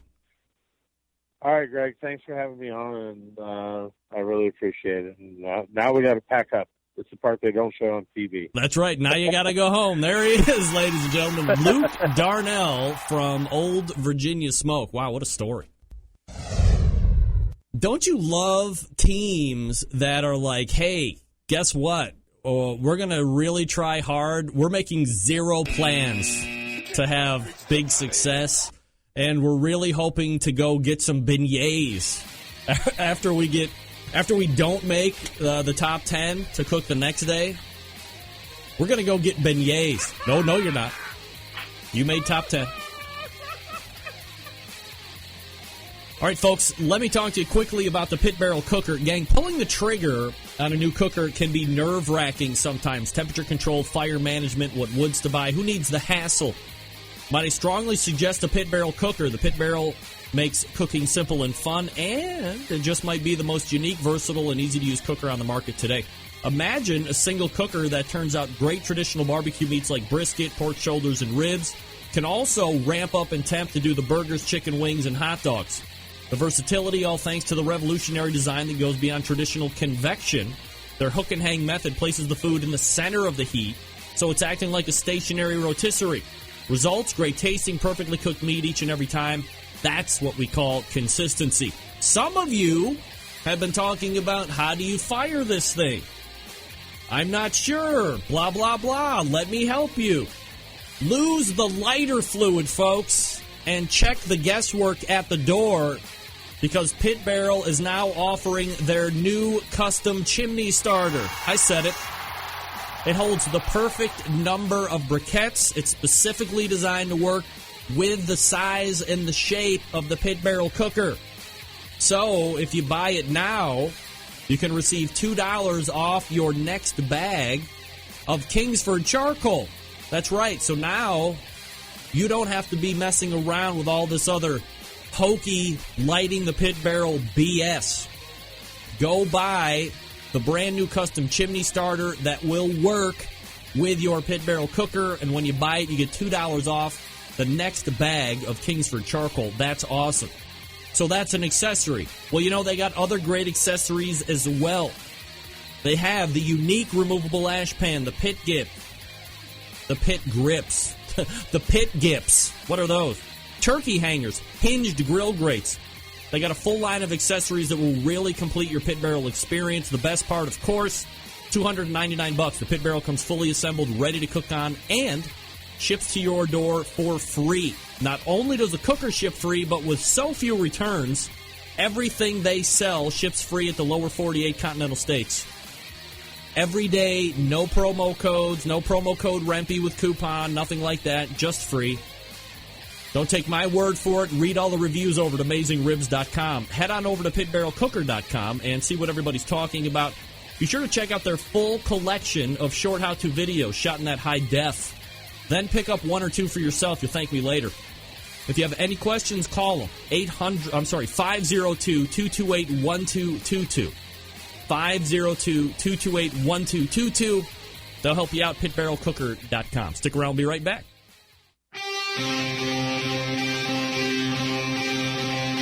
Get in the smoke. Call 877-448-0433 to get on the air. Now, here's your host, Greg Rempy.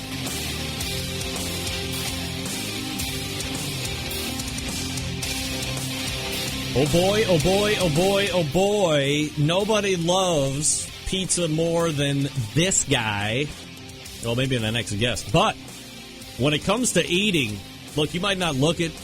I might not look it. You know, I'm not big and fat, nothing like that. But I can eat me through some pizza like you wouldn't believe. So, we love talking about pizza here on this show. We've held a number of different discussions with Meathead and other accomplished pitmasters, and we pick up the topic again here tonight with a guy whom I've had the pleasure of corresponding with over these many years. In fact, his daughter, Kelly, was the first embedded barbecue show reporter that I've ever had. A few years back, doing interviews at contests with her dad, who is a pitmaster, by the way. Tonight, we talk some technique, but more about pizza cookers that he is selling. And here to talk about the Uuni Pizza Cooker is the pitmaster of Whoos BBQ, Brian Dodd, joining me here on the show. Brian, how are you, buddy? Hey, good, Greg. Thanks a lot for having me. Yeah, you got it. Absolutely. And, Brian, let's go ahead and, do the background on you and barbecue and all that good stuff before we get into the pizza talk.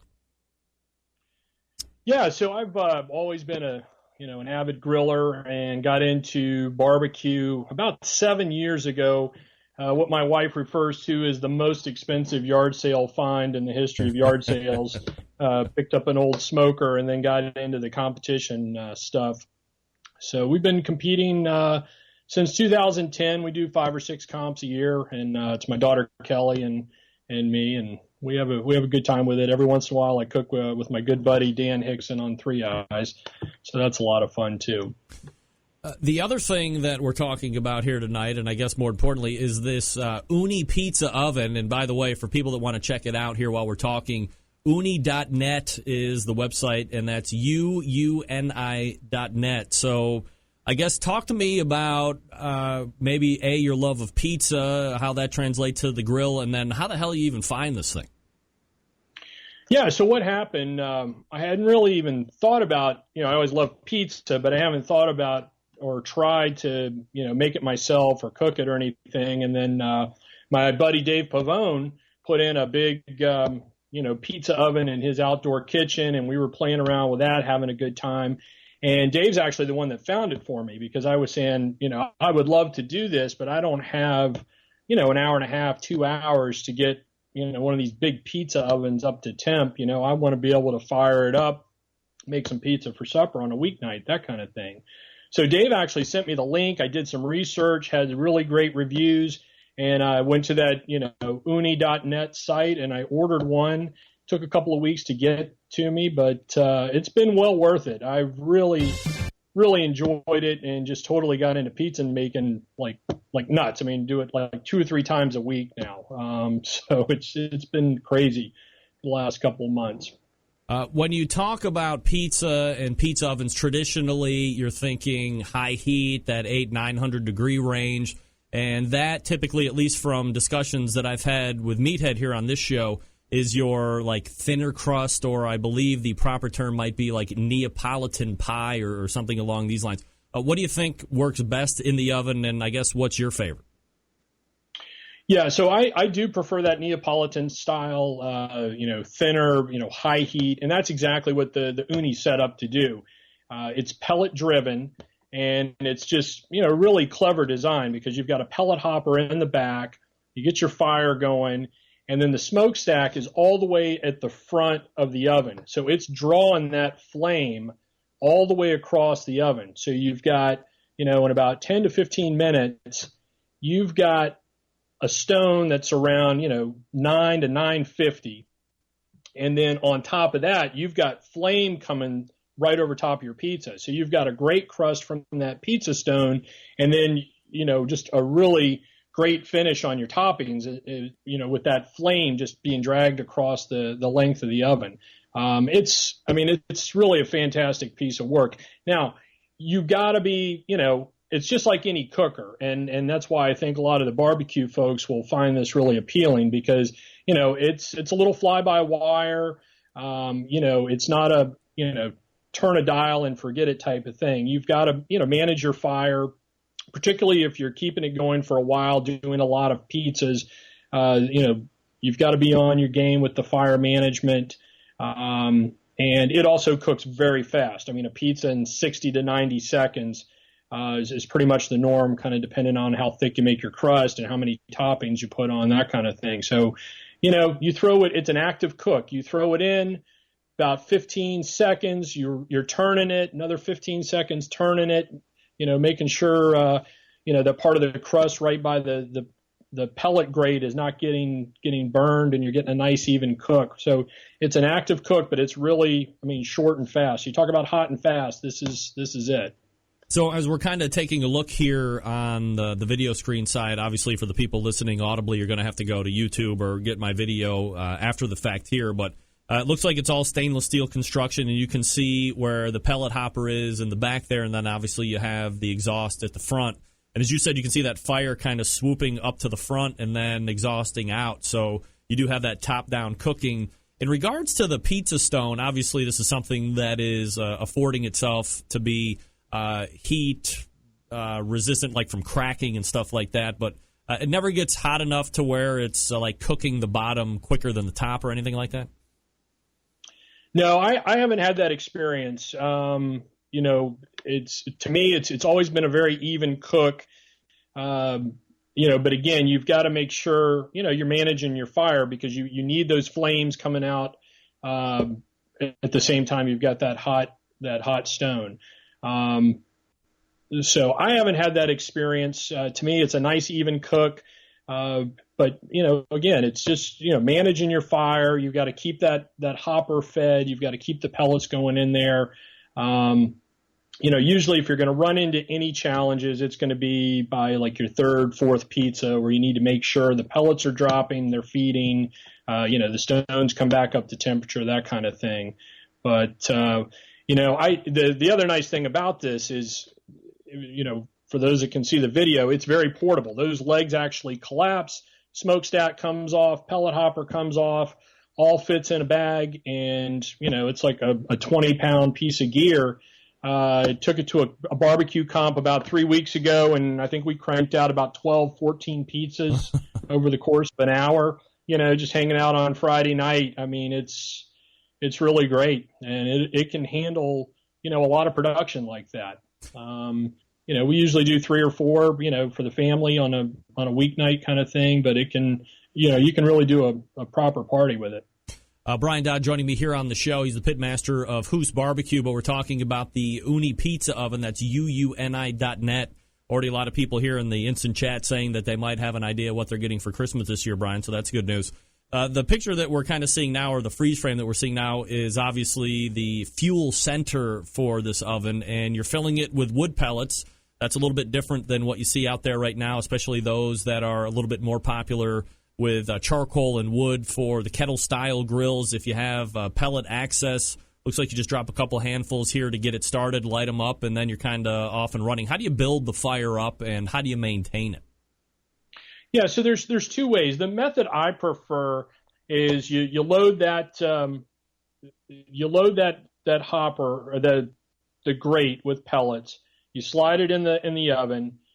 You drop your pellets into the hopper, get that about 2/3 the way up, and then I just use a little plumbing torch and just fire, you know, just throw that torch on there for about 45 seconds to a minute, and that really gets those pellets cranking. And that's how you get up to temp in about 10 minutes. I've played around with it. I've used, you know, just the Weber starter cube in the pellets, get it going. Then add your pellets in the hopper, and I've found that takes a little longer, more like 15 minutes to get up the temperature. So, you know, I just keep the torch out with the pizza stuff, throw the torch on it for about 45 seconds, you know, and that just gets those pellets good and hot, and fill that hopper about 3/4 full. And as the pellets in that grate burn, those pellets in the hopper will drop down. Now, I will say for a longer cook, you know, if you've got this thing going for like an hour, you know, what I do a little, you know, wrap on the grate, little knock on the hopper, maybe poke the hopper, make sure the pellets are, you know, feeding properly. Sometimes you can get some creosote up in there and it'll kind of hang up some of the pellets. So, you know, you want to make sure, you know, that hopper is feeding the pellets for a good sustainable cook. You know, I've actually weighed the pellets out, and to do a 4 pizza cook, it was about 1 pound of pellets. So it's pretty darn fuel efficient. I currently use the Uuni pellets, but you know, I've used Traeger, and you know, that's been fine. So you know, it's got some nice versatility. So as you're looking at it here, and again, for the people that will be able to see the video, you can really see this fire kind of rolling out. The pizzas obviously look great. You know, one thing that I've always found is you see the guy in the video, he's pretty experienced, so, you know, your first pizzas might not look as great as you're kind of ramping up on that learning curve. But is there a way to control the heat at all, or is that stack just fully open and you need that draw in order to achieve those temps? Yeah, so there's like 3 settings, like, blazing hot, crazy hot, like super hot. The only way to really control it, that stack stays wide open the whole time. The hopper, it does have 3 settings. And I usually run mine on just the lowest setting, and that keeps me right around 900 degrees. I've taken it up to the second hopper before, the second level on the pellet hopper, and I did record 990 on the stone with my laser thermometer. Wow. So, it's just really hot, Greg. I mean, it's not a lot of dialing in a certain temp. I mean, it's just hot, and you got to be on your cook, but it's a fun cook. It's fast. You're very involved in it. You don't have time to, do anything except pay attention to what you're doing. And you're absolutely right about the learning curve. You're going to burn your first couple. One of the questions that I'm getting in the chat room here makes sense to me is because it's so hot, because the cooking time is so quick, sausage or chicken or, some of the more robust materials that you might be building your pizza with, you want to pre-cook those first, and then you're just kind of getting that reheat on the outside then? Yeah, exactly. That's what I always do. Like I've done like pesto and shrimp. I've done sausage. I did a chili dog pizza over the weekend, Ooh. which was amazing. And I did just use plain raw out of the package hot dogs, and they cooked just fine. But most of your meats like that, yeah, for safety, I would just pre-cook them, throw them on there cold. So I do for hamburger. I do a cheeseburger pizza. That's awfully good. I stole that one from, diners, drive-ins and dives. Yeah.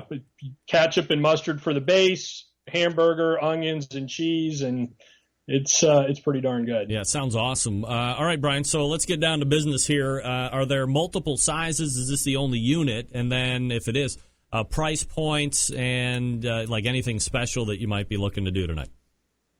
Yeah, so there is one size. This is the Uuni 2S. So this is the second model, and the S is where they added the stone. The baking stone did not come with it before, but it comes standard with it. So the price point is $299, which is a super reasonable entry point, I think, for what you're getting. And that includes the stone. That also includes a pizza peel. And Uuni has very graciously thrown out an offer that's going to be good from tonight through Thursday for the Centralites.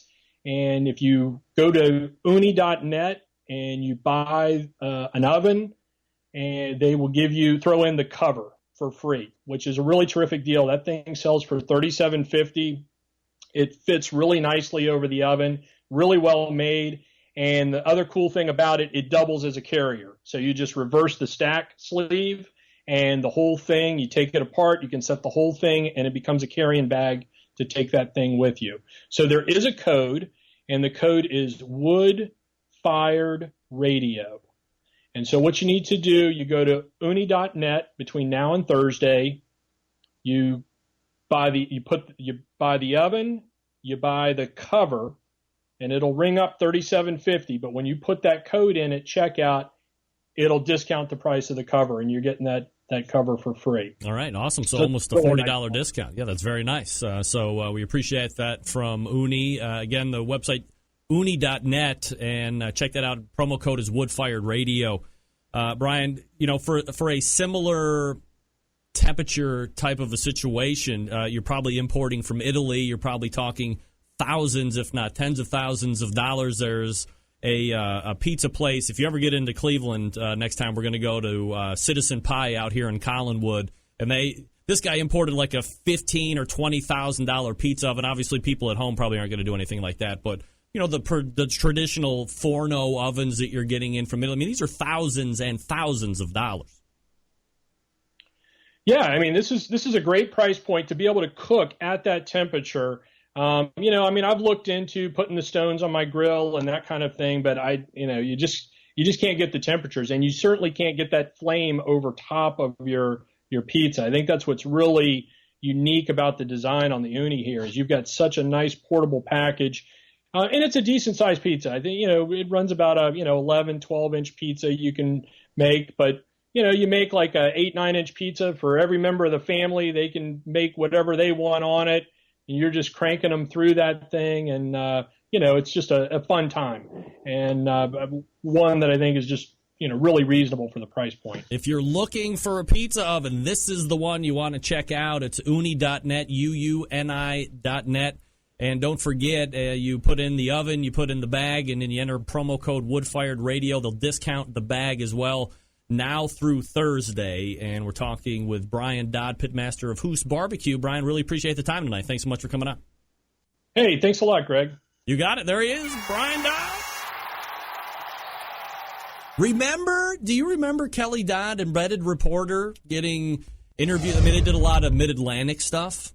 And she is now getting ready to graduate from college. What? She was like a sophomore in high school, I think, when we started doing that. Where did 6 years go? Holy moly. So if you're looking for the pizza oven situation, that might be something you want to check out. You're saving $40 on the bag, so that's good. Again, you put the pizza oven and the bag in the shopping cart and then enter Wood-Fired Radio, and then you get that $40 back off the bag. $37.50, almost $40. All right, folks, the Chops Power Injector System is something I need to tell you about before we take off here tonight. It's the 2015 and 16 Barbecue Tool of the Year. Comes in 3 different sizes, the half-gallon and the 1-gallon. Both are holding tanks. Clean it, fill it, pump it, and away you go. They come with 14-gauge needles, 2 replacement plastic needle adapters, 3 plug screws, and a needle protector. The half-gallon's $100. The 1-gallon is $120. You pay shipping. The other one, the Chops Full Power Injector System, the electric and commercial competition Big Daddy. Not a holding tank, but a 3.5-foot pickup tube. You can put in any size container, from a few ounces to a 55-gallon drum. It was designed for Chef Rob at one of the best barbecue restaurants in Kansas City. He said time and time again that with the Chops Full Power Injector System, his briskets are better than ever. It comes with metal needle adapters, 14-gauge needles, 3-inch 12-gauge needles, 2-inch 11.5-gauge needles, 3 plug screws, and a needle protector. $325 plus your shipping. Here's the thing. We live in a foodie world. You got to get flavor in every bite. This is how you do it and do it fast. It's not just for meat. You can inject alcohol into fruit. Every injector hand-assembled in Kansas City, Missouri, USA. They got the accessories if you want them. They got a great way to make your Chops Power Injector System bulletproof. Metal needle adapters. You're going to want to check it out. Chops Power Injector Systems. Give your barbecue some power. The website, barbecuekansascity.com. That's BARBEQUE, barbecuekansascity.com. All right, we're back to wrap up the show right after this. Stick around. We'll be right back.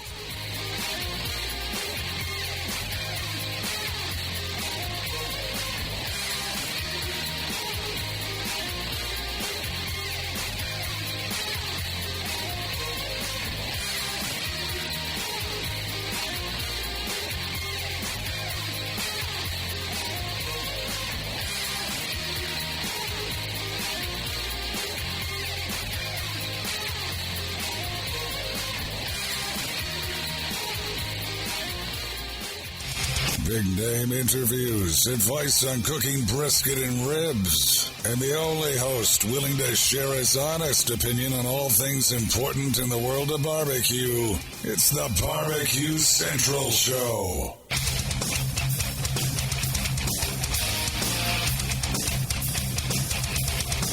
All right, welcome back. Thanks again to Brian Dodd for talking about the Uuni Pizza Oven. Once again, that's special. If you go to Uuni.net, Uni.net, Uuni, you get the $299 Uuni S2, and then also put in the bag/cover. It's $37.50 US. And then as you get ready to check out, use promo code Woodfired Radio between now, which is Tuesday, and the end of Thursday, so 2 days, and you'll get credited back $37.50 on that cover. So it's like, $37 discount. There you go. UUNI.net. All right. That's going to do it. All the way back in the first hour, we talked with Steven Raichlen about Thanksgiving stuff as well as some other items. Then we talked about the barbecue can and the Un-Kabob. All Things BBQ. That's All Things BB and then QUE, All Things BBQ. Check that out. Second hour, Luke Darnell from Old Virginia Smoke. That's right. He won the World Food Championships on the barbecue side and then came in fourth overall at the final table. Barbecue cooks dominating World Food Championships over the years, no doubt about it. And the streak continues again this year. Carrie Luke wins on steak, but she's a barbecue cook. And then closing out the show, Brian Dodd, Whoos BBQ pitmaster, and Uuni.net distributor, UUNI.net.